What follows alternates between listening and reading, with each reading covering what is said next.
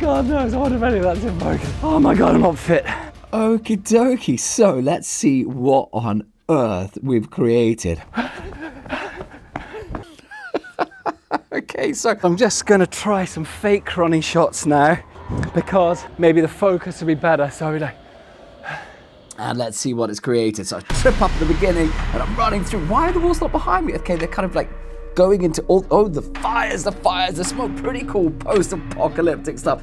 Doesn't look so much like me, but it's got a vibe. good morning, guys. So this year I'm releasing 12 songs in 12 months. And with each of those 12 songs, I'm trying to create a music video. So of course, at the beginning of every single month, I'm completely panicked. What am I going to create? What am I thinking of? How am I going to get it made? And I thought this month it would be fun to lean into AI because the song is called Wolves at the Door. And I just want to let my imagination run riot on the one hand. And on the other hand, to begin a dialogue, a conversation, even learning new skills with this world of generative AI, because it's very easy as a filmmaker to get left behind.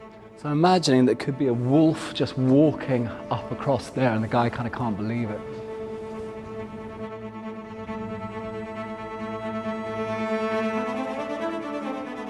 What I'm enjoying about this is that it's already making me think very differently visually. You can reject new trends or you can find a way to interact, and so many people out there who are in really tough positions. I remember when I started out as a musician, it was a hell of a hard time because Napster was in full throttle, Spotify didn't even exist yet, and all the labels were falling down and everything was just going underground. It was the most ridiculous area to go into, but it did train me to find a way, keep on going out, finding a way, interact with what's happening rather than rejecting it. You have to, of course, strike against the powers that be where that's necessary in the way you can collaborate, come together, but you also need to find a way. That is your job in the arts, to always find a way to live your life as best you can.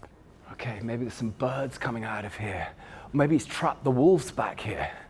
A man in a sharp black suit and a realistic wolf mask walks through a grand Berlin ballroom bathed in deep red light. The room is adorned with glittering chandeliers and filled with bohemian guests wearing elaborate masks, evoking a classic burlesque atmosphere with subtle hints of fetish. The air is hazy and sultry. The camera follows him smoothly on a gimbal, capturing his deliberate steps. On a table in the center of the room, a lifelike wolf stands motionless, illuminated by a solitary spotlight, staring directly at the masked man. In the wolf's eye, reflection reveals the man without his mask, conveying a profound realization. So, anyway, there we go. On a creative level, it's just this potential that it opens up your way of thinking rather than acting as a threat to your imagination. It's not a threat to your imagination, it's opening up. That's my experience. It's quite vivid. Don't really know what I'm going to do with this. It's just a case of testing. Maybe I should have brought some lights. I thought I was going outside. Aha! That's nice with this light here. The exciting aspect for me is to see to what extent I can blend the analog, seeing how I can extend the visual language that I have. So up here. Nice. We can do it A, B. Oh no, the sun's going. No, no, no. So I'll just do a whole bunch. This is going to look really silly. This should really be a photo. Okay.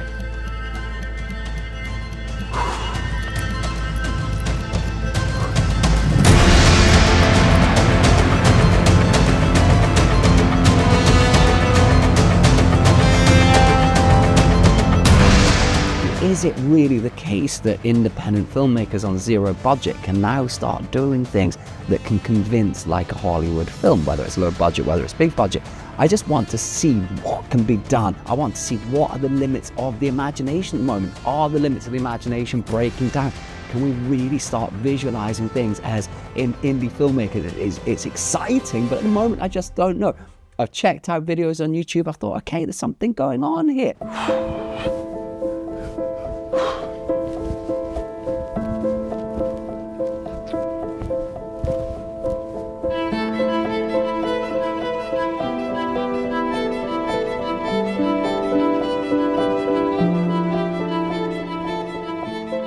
Personally, for me, 20 years ago as a musician, when Napster was taking everything down, I've lived the disruption, so I know it very well. And the one thing that I learned back then is you just have to be versatile. You have to go with the world. It doesn't mean you can't find your way to resist. It doesn't mean you're not going to be upset and sad and find it difficult at times. But you have to be willing to pivot. You have to just check out what's going on and say, right, live and let live. Let's move forward. The question is, can you adapt your skills? Can you learn the new skills, or are you fixed in yesterday? It's hard, but that's how it is, I think. Okay, man going mad in alley. No. No. Welcoming the aliens. Welcome.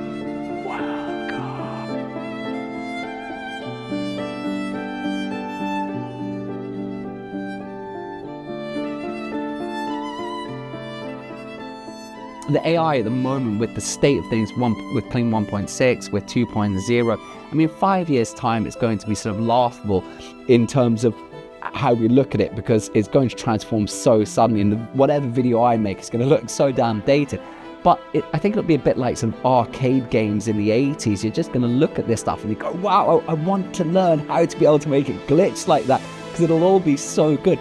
So I think there's huge fun to be had in the craziness and the weirdness and the glitches and the sort of unreality combined with reality. That's what I'm excited to explore. It's like I'm living in an arcade game.